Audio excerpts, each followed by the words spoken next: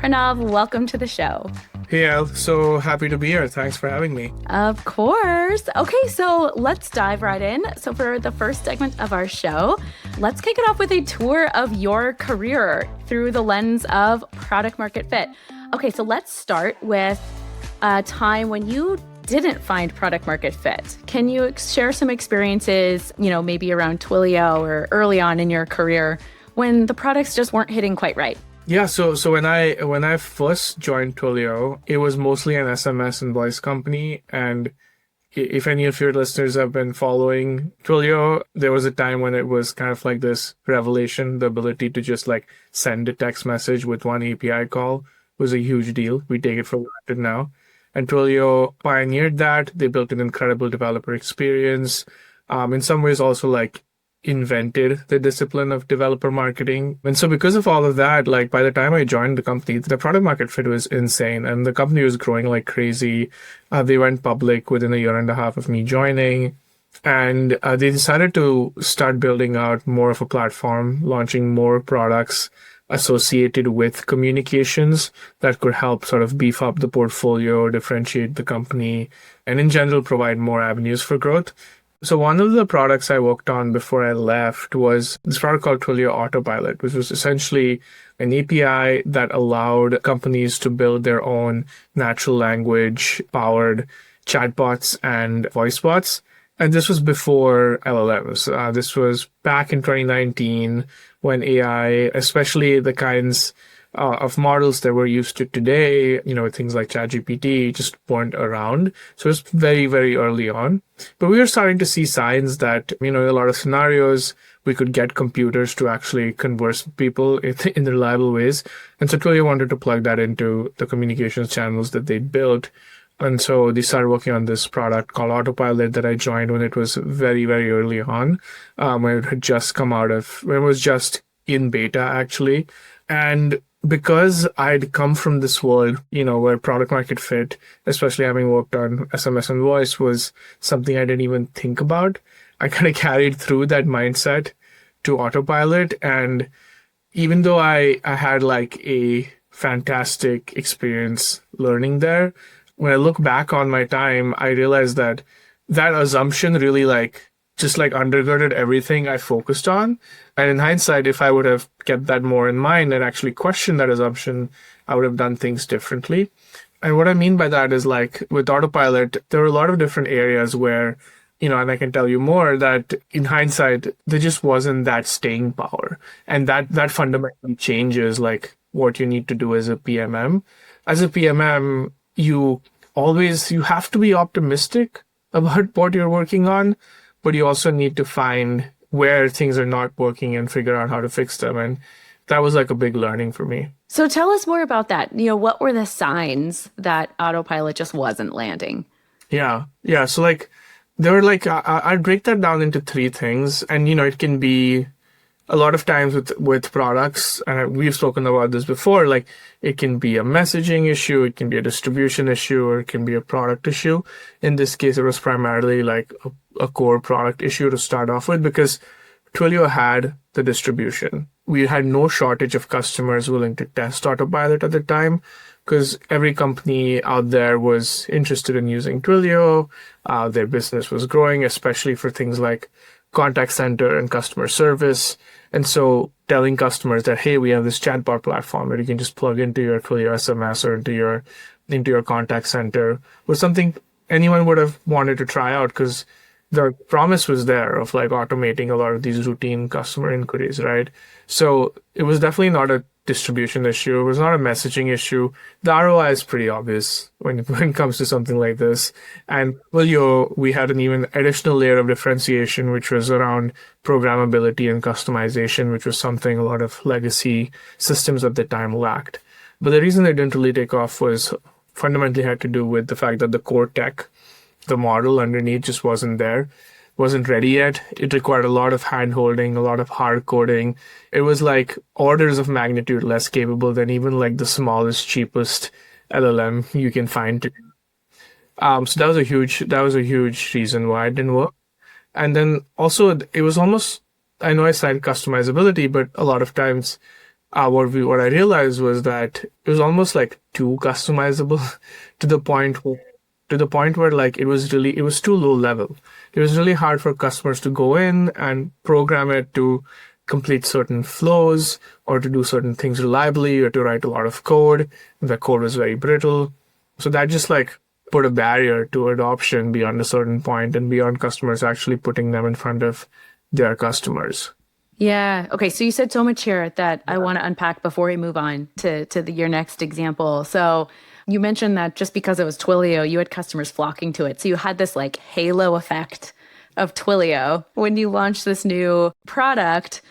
Do you think, and I guess like what guidance would you have for a PMM who's like starting to maybe work at like a big company and they're trying to, establish or test for product market fit for a new offering? How long should they explore this before they realize that like, oh, this is just the halo effect of my brand versus I straight up do not have product market fit? Like, is there like a time period they should be looking for? Maybe that's a time period isn't the right, metric, but can you speak a little bit more to that? Yeah, for sure. And that's a really good and very difficult question because most products go through this phase where they haven't quite made it yet and they haven't failed. And that sort of uncanny valley is very tricky to navigate for everybody involved, right? From the people building it to the people selling and marketing it like us. And so in a big company, what confounds that even more is there's a lot of false signal from the halo effect, right? Like people will try it out and you can point to like 100 pilots going on and say, great, this thing's working. There's a pilot going on. But actually, I think what you need to look for is like, how much are they paying for this? How much are they actually willing to invest in using this thing is the most surefire signal. A lot of times that can take time to pan out for it to actually commercialize. But early indicators can be anything ranging from how frequently are they interacting with your customer support staff or your sales engineers? Like, what is the level of interest that you're seeing from these pilots or from these early customers? Are you having to like prod them constantly or are they coming to you? Those are just some like qualitative signals you can use to start building an intuition about how much of this is actually solving a customer problem versus something that is just being tried out because it's available to them because they have a relationship with your company. How much are you hand-holding with your beta users and how much investment they're needing to make that's beyond the anticipated investment? And how much are they pulling the product out of you, right? Like how much are they like, give me more or like, we figure out why this isn't working versus you constantly checking in on them saying, hey, what do you think of this? Or like, hey, did you try this thing out yet? That balance helps you figure that out. Yeah, those are some signals that you should dig a little deeper. Question about just investment in general. You're talking about like with the Twilio example, right? That there was a fundamental issue with just how the product was built. How do you know whether it's like a small pivot or like a change to the roadmap or like a significant like, hey, we just got to like abandon ship because it just won't work? Like, is it like a dollar amount? And is that dollar amount part of your product market fit like test? Not that you have one, but oh man, that's probably the hardest question to answer. And I don't know if there's like a very well-defined thumb rule for that. It's probably a combination of stakeholders in the room getting together and analyzing some metrics. Yeah, and I think it's also the opportunity cost for your company, right? Like, do you have other stuff that can work, or do you have other ideas that can work that these are the same resources, the same people that are working on this thing for a while, can divert their time to? But I think another way to maybe think about it more systematically is you should have a hypothesis for, one, if this product succeeds, how much do you feel like you want to charge for it? And then also how much ROI customers can get for how much you're charging for it. Or maybe work backwards, like how much ROI are they getting and figure out how much to charge. And then like, okay, how much time will they theoretically take to the best of your knowledge to get that ROI? and then look at customers who've hit that threshold, and then see how many of those customers you have. And if you get to a point where like a majority of these customers just haven't hit that threshold, or a majority of customer conversations get to that point and they just don't adopt the product, even though it's available to them via the existing contract that they have, then things are not looking so great. And then maybe you should think of yourself more on the like, hey, we haven't quite figured out product market fit for this yet spectrum.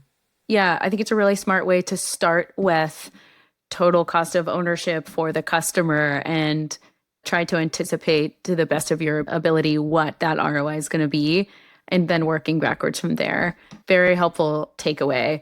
Okay, so now I want to move on to your next example for your time at Modern Treasury. Tell us about your experience with product market fit there. That's actually where I learned the most about product market fit and its importance, I would say. I hadn't quite internalized the Twilio lesson I was telling you about before I joined Modern Treasury. And when I looked back on both experiences together, that's when things started to click for me. And I started to like actually want to write about it to like solidify my thoughts. But I joined Modern Treasury right after Twilio as their first marketing hire, essentially. And so I over 2 years built the product marketing team there. Also worked on other things like SEO, websites. I was going to say, you're going to wear every marketing hat there is out there. Exactly. And I think a lot of startups, and if your listeners are like, working at startups or looking to transition to startups, like I think they're probably aware that when you're a PMM at a startup, you actually do whatever it takes to grow and whatever it takes to actually move the product forward. So that experience was really valuable to me, and it's still like really, really useful even at OpenAI. And when I joined, the company was about 14 people, I think.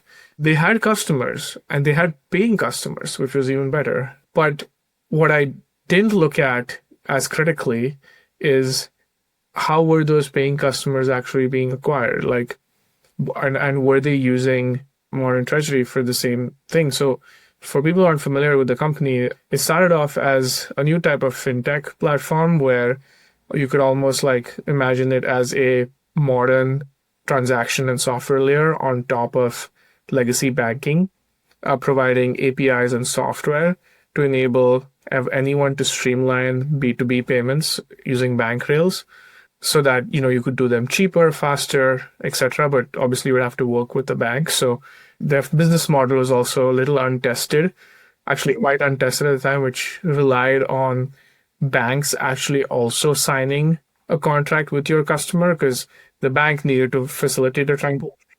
Modern Treasury was the layer on top of it. So it was always like this two-way deal where the customer had to both select the bank and also want to work with Modern Yeah, Treasury. a little more complicated. Yeah. Yeah, I mean, signing a deal with just two counterparties itself is complicated. So yeah, and I can imagine in finance, the deals are, just with the regulatory stuff that comes with just being in that industry in general, not exactly like an easy signature. Yeah, for sure. So you go from having like one relationship to like effectively three, where like you and your customer, the customer in the bank, and the customer and you and the bank all need to be on the same page, right? So that was new. And, if it was going to work, it would have been incredible because then, you get this situation where companies are able to move money very quickly with a lot of transparency at a fraction of the cost of using credit card rails and other payment methods, right? Or using companies like Stripe who act like third-party intermediaries where they take more of a cut of the transaction, but they provide a lot of convenience and speed. And so there are a lot of things that were untested about it when I was there at Modern Treasury. And so I would say the thing that I probably learned the most about product market fit there was this thing that I think we'll keep coming back to in this conversation, which is the importance of repeatable sales, which is the first set of customers that Modern Treasury acquired were, early adopters, startups, a couple of large companies that had just come in through like word of mouth, founder sales, VC networks, generally how most startups acquire their companies, their first set of customers. But to go from that to a scalable GTM motion, you actually need to figure out, okay, what are the use cases? Who are the buyers? and what are the triggers for them to want to, and how often do they want to buy, and how much are they willing to pay. And you need to be able to like do that in a scalable way where you actually see like multiple instances of the same deal happening consistently. When you get to that point, that's actually when I think you have strong, like great product market fit, at least within that segment. And then as a PMM, what you focus on is very different compared to when you don't have that. And so you kind of need to like almost operate in two modes as a PM, in my opinion. Like, hey, are you in PMF? If you're in PMF, great. There's a different set of things you need to do. If you're not, there's a different set of things you need to do. Yeah. So let's talk a little bit about what you would do differently if you were to have, maybe a second chance with Modern Treasury. Is there anything you could have done differently, I guess? Like, would you have prioritized different research? What would you have done?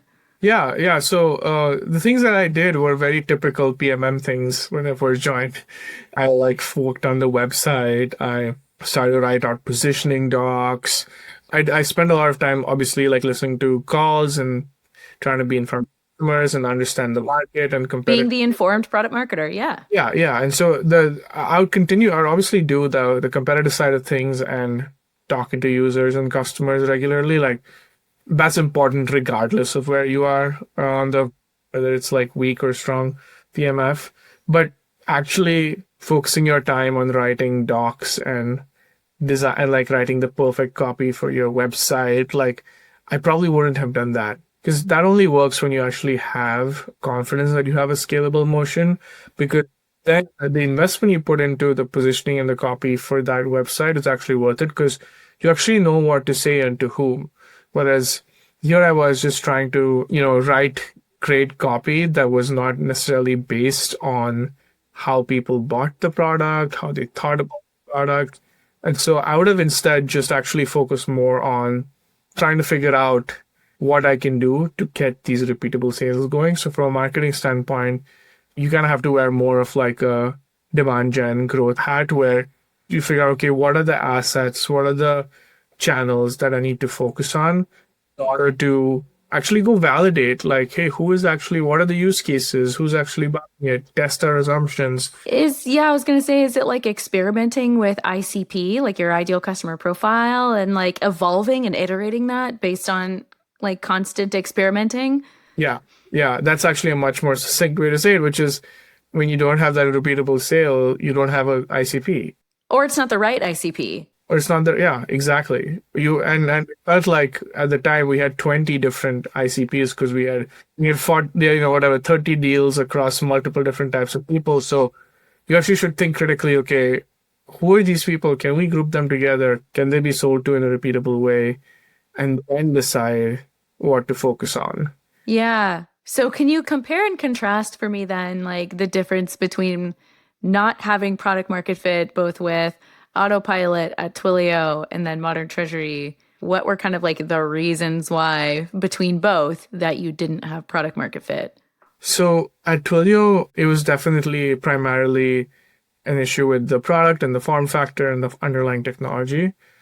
And Modern Treasury, the risk was both the product risk, which I think to me was secondary, because I think at the time they had a really good engineering team. They were like very creative, building great products, and the product demoed like really well. So I wasn't that scared about or like anxious about like the product itself and its ability to scale up. It was more about like the business model and the market risk. And that was primarily why I think the product market fit at Modern Treasury didn't exist. Whereas with Twilio, it was more about like, hey, they just didn't have the right infrastructure, the right foundational technology to deliver what they were promising. Yeah, got it. Okay, that's really helpful to give some potential reasons why you don't have product market fit, because I guess what I'm hearing is that in some cases when you don't have product market fit, it doesn't mean that you abandoned the idea. It doesn't mean that it's completely a sinking ship. It just means you need to focus your attention somewhere and iterate. Maybe it's iterate on the product roadmap. Maybe it's just iterating on the ICP. Is that something that you'd say is accurate? For sure. It's a journey, right? It's not like a point in time thing. Like tomorrow you wake up and you can declare that, hey, we have product market fit. It's more about like constantly thinking about, to your point, like who is the ICP? And are they getting value? Is that happening repeatably? Like, those are the three questions. Just keep asking yourself that like every single day. I was gonna say product market fit then. You could have it one day, not have it the other day, where I guess like when there's a shift in the market or when things change and evolve as your ICP evolves, then maybe you need to reevaluate. Do we have product market fit still? Yeah, and if you look at a lot of these AI companies, for example, especially the ones who are very early on building on foundation models, a lot of them went from like not having product market fit to having insane product market fit in a matter of weeks because new model came out or the capabilities improved to the point where what they were doing was suddenly a great experience. And you were like, okay, I'm willing to pay for it. So that can happen too. So I think, yeah, asking yourself those three questions, like really important. Yeah. Okay. So this is a good segue, which is just really funny as you were talking about autopilot. You mentioned that this is like way before we had like LLMs and everything. And it was basically a bot, right? And it's hilarious because now, at least my understanding, if you use the word bot, it actually has a negative connotation to it, a negative association. I think immediately like scam. So it's hilarious because that's just an example of how the market has shifted. And we don't use that word anymore. Now it's you have to use LLM or AI. If you use bot, you're gonna go straight into the trash can. Yeah, yeah. Bots are definitely have like tremendous negative connotations, both from like spam bots, obviously, and then yeah, like a lot of the rules based bots that of which Autopilot was one, like nobody's ever convinced by it. Like, people have been trying to automate customer service with AI 20 years. And I think we only now have the breakthrough we needed. Yeah. Okay. So like, let's talk about it then. Let's compare and contrast the experiences with product market fit that you had at Twilio and Modern Treasury with now your time at OpenAI. Talk about what the signs looked like and how they were different. Yeah. So at OpenAI, I work on the API platform and focus on developers. So the team I work on primarily cares about one, ensuring developers adopt the tools and models that we're releasing, that they build with them, that they power all of these new businesses and help everyone from like startups to enterprises transform and build new products with AI. So I've been doing that for the last almost year. And I don't think it needs to be stated that OpenAI has crazy product market fit. There's probably like 3 to 4 companies right now who are in the same category as OpenAI in terms of like powering the AI revolution. And I think for all of them, it's really the fact that they have the core technology and they've built great developer experiences on top of it to actually distribute that technology in a seamless way. OpenAI, Google, Anthropic are probably like 3 companies that have sort of like, they're basically competing for this. And I think across any of those providers, right, like when it comes to thinking about LLMs at a high level, like the ROI is pretty obvious, right? Like you can inject these general purpose machines into pretty much any workflow, any situation, and have it take on more and more of the work that people would have had to do. And so you can free those people up to focus on things that are more value additive and more important for your business. And in doing so, drive more productivity. And that's how you deliver ROI, right? And so it's less about making the case to your buyer and your user that, hey, you need to use these things. Everyone's like convinced. When ChatGPT came out, it was the undeniable shift. That was when we abandoned using bots, and now we talk about it. Yeah. And then if you weren't paying attention before ChatGPT, you were definitely paying attention afterwards. And so then the question turns into, okay, where are you actually finding the most value? And that's really, I think, what everybody's focused on right now across the entire industry is like, we know this is valuable, but measurably, like, where can we deploy it? Where can we make it a part of people's lives? And how can we actually like make it the kind of technology that people rely on just the way people rely on the internet. And so it's almost like, back in the 2010s when cloud software was coming about, like it's a fundamentally, at least in the enterprise, it's like a fundamentally new platform and a new enabler of different use cases. And even back then, like People are talking about software as a service and API infra, and these are all like use cases and markets built on top of that fundamental enabling technology.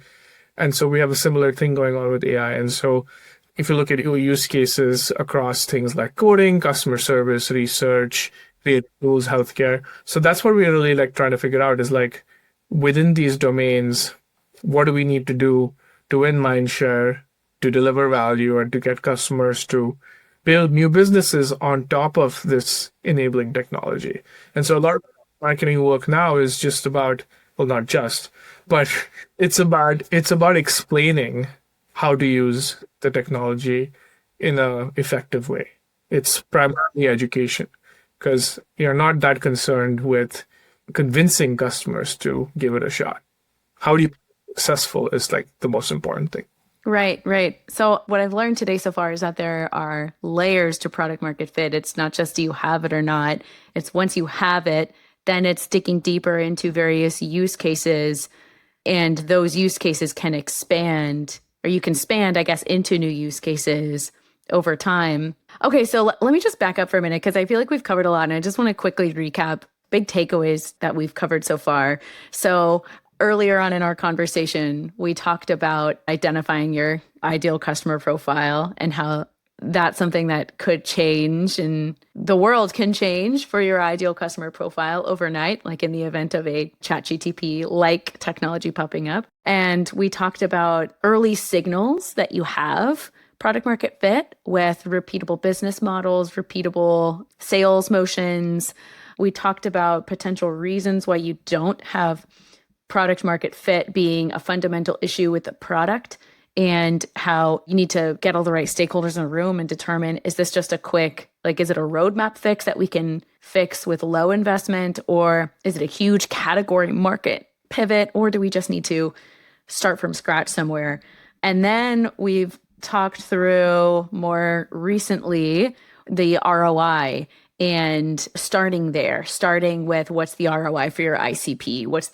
What does total cost of ownership look like for the customer? And working backwards from there to determine, is this investment for the customer worth it for them to continue? Even if you may have existing sales or revenue, that's something that you should look at to see if it's actually feasible for the customer to be scalable. That was a lot. Did I miss anything? No, I think you're spot on. I think like the overall takeaway really is like it's important to know where you are as a PMM on that journey of product market fit and adjust what you focus on accordingly, because you can't do everything. You need to do the thing that moves the needle the most and what the business needs. And that changes based on where you are.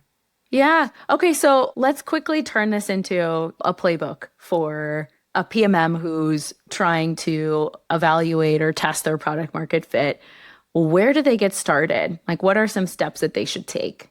Yeah. I think the fundamentals that, I think you've covered on other episodes in your podcast apply a lot over here as well. Like thinking about your ICP being super product oriented. So on one hand, going really deep on your product and understanding it end to end.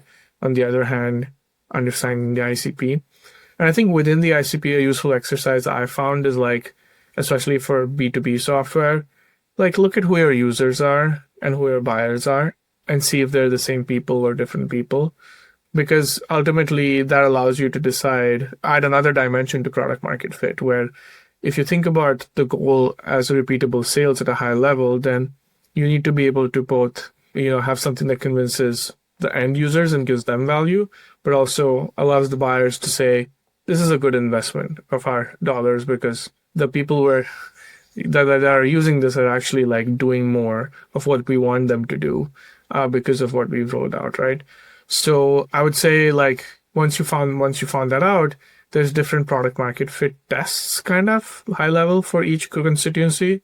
For users, it's actually like kind of straightforward, but maybe hard to instrument, which is, and a lot of it is initially maybe unscalable, which is like if you took your product away from them, like would they be happy? Would they be sad? Like you want them to be really sad if you took your product away from them. So that's like the most fundamental way to look at it. And then you can actually go about figuring that out in different ways. And then with buyers, it's more about like, okay, looking at the deals that you've closed so far, is the same kind of person in the room every single time? If that's the case, then you actually have like line of sight into like a clear budget and a clear owner that you can target at different types of companies of the similar variety that allow you to do things more scalably and get that product market fit signal that you need to know, okay, we have a market for what we're building. Now we can shift maybe to more scalable things like demand gen or, I don't know, like updating your website. The things that you should have Yeah, deprioritized on Modern Treasury. exactly. Okay, so helpful. All right, last question for you on this topic. What advice do you have for a PMM who's trying to test for product market fit? If you could just leave them with one thing. Yeah, I would say your mindset is like really important. So the most important thing for PMMs to do is to kind of have this mindset of pragmatic optimism. Because as PMMs, we naturally have to like believe in what we're working on. Because it's our job to highlight its strengths and mitigate its weaknesses. Like that's what positioning is, right? Like at the end of the day. And so for that, you have to really believe in what you're working on. But you can't take it to such a point that you're blind to its flaws and its shortcomings, because then that prevents you from seeing reality, and then it prevents you from knowing how strong the product market fit is. And so that's probably like the most important takeaway is like have a balanced mindset as much as you can, because that will allow you to see things more clearly. Right, absolutely. Someone who is a strong optimist like myself needs to remember to take off the rose-colored glasses. I've literally had to train myself to do that because one of my weaknesses is that I'm overly optimistic. I mean, that's what makes you good PMM. Yeah, no, it's very true though. You have to be a realist as well in terms of how you're evaluating your product. All right, very helpful. So now it's time to move on to our second segment of the show. This is the messaging critique. So this is the part where we as product marketing experts get to analyze real world messaging. And Pranav, you, my guest, get to pick the company that we critique. But first, let me quickly establish some ground rules for listeners who may be new to the segment or just for you as we start to unpack this. So we're going to pick a company, or you're going to pick a company, and then we're going to talk about three things with this company's messaging. First, you're going to tell me something that you're loving about the messaging or something that stood out with the product, why you love it so much. And then the second is you're going to tell me something that you wish the PMM would have done differently, maybe make the messaging more clearer or stronger, or something that could make it more impactful. Whatever stands out to you. And then finally, we're going to do a little bit of fun brainstorming for that PMM on how they could iterate the messaging or take it a step further. Maybe it's putting together some creative content or engage more with their ICP, whatever makes sense for that company. So with that, let's get into it. So I know we were chatting just before this about a company that you had in mind. Do you want to reveal which company you want to talk about? Let's talk about Notion. So I'm going to notion.com for anyone listening in who wants to check out what we're talking about here. Unpack this for us. Tell us what Notion is and what stood out to you. So I've been a fan of Notion for a long time. They've been around for a while. They initially, I think, started as a wiki, but have now grown into this fully featured, really powerful workspace for collaboration across companies and teams. They have everything from like docs to project management to very recently they've rolled out like their own email client. They have a calendar. Does this like compete with like Google Drive or like Google Suite, or like is it something different? I think in some cases it can be a replacement for Google Apps, but I've noticed a lot of companies use both. But there are some companies that are entirely built on Notion. And I think it's like really popular with like freelancers and individuals as well as like their personal workspace. And then recently they launched something that I'm like starting to use a lot of. I'm looking forward to using more of in the future, which is AI meeting notes, where it doesn't join the conversation. Like it won't join this call like, most note takers do. It just listens to the output of your computer or your headphones and transcribes that in real time. And as you're taking notes, it's listening. And then once you're done with the meeting, it actually enhances your notes. And so fills in details you may have forgotten. So I think for me that's like really powerful. So that's just to highlight a couple use cases and then what the product is for folks who haven't tried it out. Yeah. So would you say it's just for like working professionals or freelancers, just generally It's a speaking? classic like workplace productivity suite, and like you pointed out, an incredibly crowded market. And so I think messaging and positioning is like even more important. Yeah. Well, let's get to it. What is their messaging? Kind of if you had to unpack their tagline or slogan with a couple messaging pillars, what's popping out for you? So over the last couple of years, they've really leaned into AI. For a more established company, I think they've been very quick to adopt it and roll out new features and really embrace the technology. And so now if you look at their website, the tagline is the AI workspace that works for you. So really talking about how they can actually, using the latest LLMs, infuse them into different workflows that people already have to speed those up. And so I think that part like works really well. They talk about how they're like one place where teams can get answers, because a lot of times in most companies, finding the information you need can be such a pain. Oh my gosh, it's so hard. Yeah, I can tell you working at a huge company like Cisco, incredibly You difficult. probably have like multiple SharePoints and like multiple places to find the info. And so I think that promise is really powerful. And then they have a line around like automating the busy work, which is I think powerful, but this is maybe where we can get into a little bit of the critique. Like to me, it doesn't feel as specific as like the first line, which is find every answer. Like that to me is like really visceral and get projects done. Again, like getting projects done by itself is not really telling me why I should use Notion over a more dedicated project management tool, like Asana, for example. So I think overall, like focus on AI and highlighting different use cases as you scroll through the page is really great. But one area where maybe there could be more detail or could come across as more compelling would be around like the specificity of some of that language, in my opinion. And then overall, I mean, like I think they do a great job highlighting use cases. So if you scroll down, there's the AI meeting notes, project management, email, and the fact that multiple teams can use it. So I think, and of course, social proof. So I think that the homepage does a great job overall in communicating the value you can get from it, while leaving maybe a few questions unanswered around like, to your point, why is this super different than like using Google Apps, right? Like, because that's what most people default to these days, or like more dedicated project management. Yeah, find every answer really hits another differentiator. I also really like their use of customer and market proof points, the way that they've sprinkled it out with all the use cases. That's super effective. It builds trust right away. I think overall they just have an incredible brand. Their design and creative has been very distinctive since the very beginning, and I think that's helped them consistently. So I think if you're a PMM working in Notion, consider yourself really lucky because you have like a fantastic design and brand team that's like power. Absolutely. Oh, wow. It makes such a big difference. It really does. It makes it easier to have fun with the storytelling when you have a brand and creative that complements it.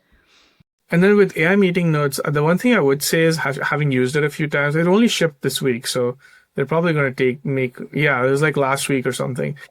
Yeah, they're probably going to make more changes to it, but the one thing I would maybe do differently is the tagline, which is perfect notes every time.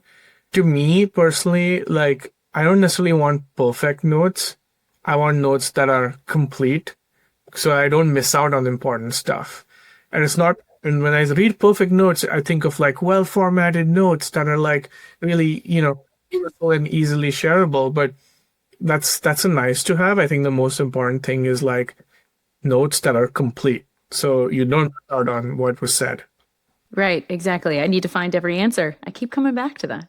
I am very excited to give Notion a try because truthfully, I've known about it for a long time, but I haven't pulled the trigger. So I'm officially compelled. This sounds interesting. Well done, Notion PMMs out there. You've got some fans. Great job with your messaging. And also kudos to the brand team. Very striking and playful creatives.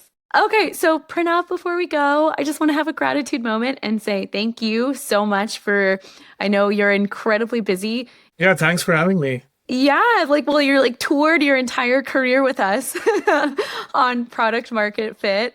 So thank you so much. I learned so much, and I'm sure our audience did too. And anytime I have an amazing guest like yourself, I can't help but think of how did they get to be so amazing? So wanted to give you an opportunity to give any shout outs to one or two PMMs who have really shaped your career in product marketing. Yeah, for sure. Wow, so many people have had so much of an impact on my career, from like giving me the opportunity to break into product marketing to enabling me to do the work that I want to do. So at Twilio, I actually moved into product marketing from solutions engineering. And so at the time, the head of PMM was this guy named Manav Khurana. So he gave me the break into PMM. So obviously, shout out to him. Then at Twilio, the entire PMM team was just incredible. You know, as you're well aware, we were pretty stacked back in the day. I still keep in touch with so many folks from there, but special shout out to Vanessa Thompson. She's just always been a great mentor. Even after I left Twilio, helped me navigate career decisions and serve as references. So always grateful to her. And then OpenAI, I work on a team of two PMMs that are currently responsible for the API. And so my manager, Leher, has been really supportive, and within a year, just the pace of things has been insane. And the fact that I have someone that I can work with very easily and who trusts me on high impact and high ambiguity projects is I think rare. And so I'm grateful for that as well. Yeah, I have continuously come back to when I have those really incredible managers or team members where I feel like we get so much done. And despite how incredibly stacked and busy we are, there's still a pretty high level of job satisfaction and happiness. And it always comes back to trust. So I'm so glad to hear that that's the environment that you're in at OpenAI. So okay, well, my last question for you, I promise this is the last one. Where else can we access your expertise? Is it just best for listeners to connect with you on LinkedIn if they want to chat more? Yeah, I'm on LinkedIn. I don't post much, but I'm there. I'm also on X, where I mostly post about developer stuff. It's a way to just keep in touch with the AI community because they're super active on X. So. And you have a blog too, I have right? a blog that I haven't updated in 2 years. Yeah, you've been a little busy. So yeah, if you want to check it out, definitely do, but it's very out of date. Yeah, there's some good stuff on there though. Even if you haven't posted recently, I'll just say there's good stuff on there. All right. Thank you so much, Pranav. And thank you, PMM listeners, for coming on this adventure with us today. I hope this episode leaves you with inspiration to take the next step in your own journey. Thank you so much. Thanks for having me.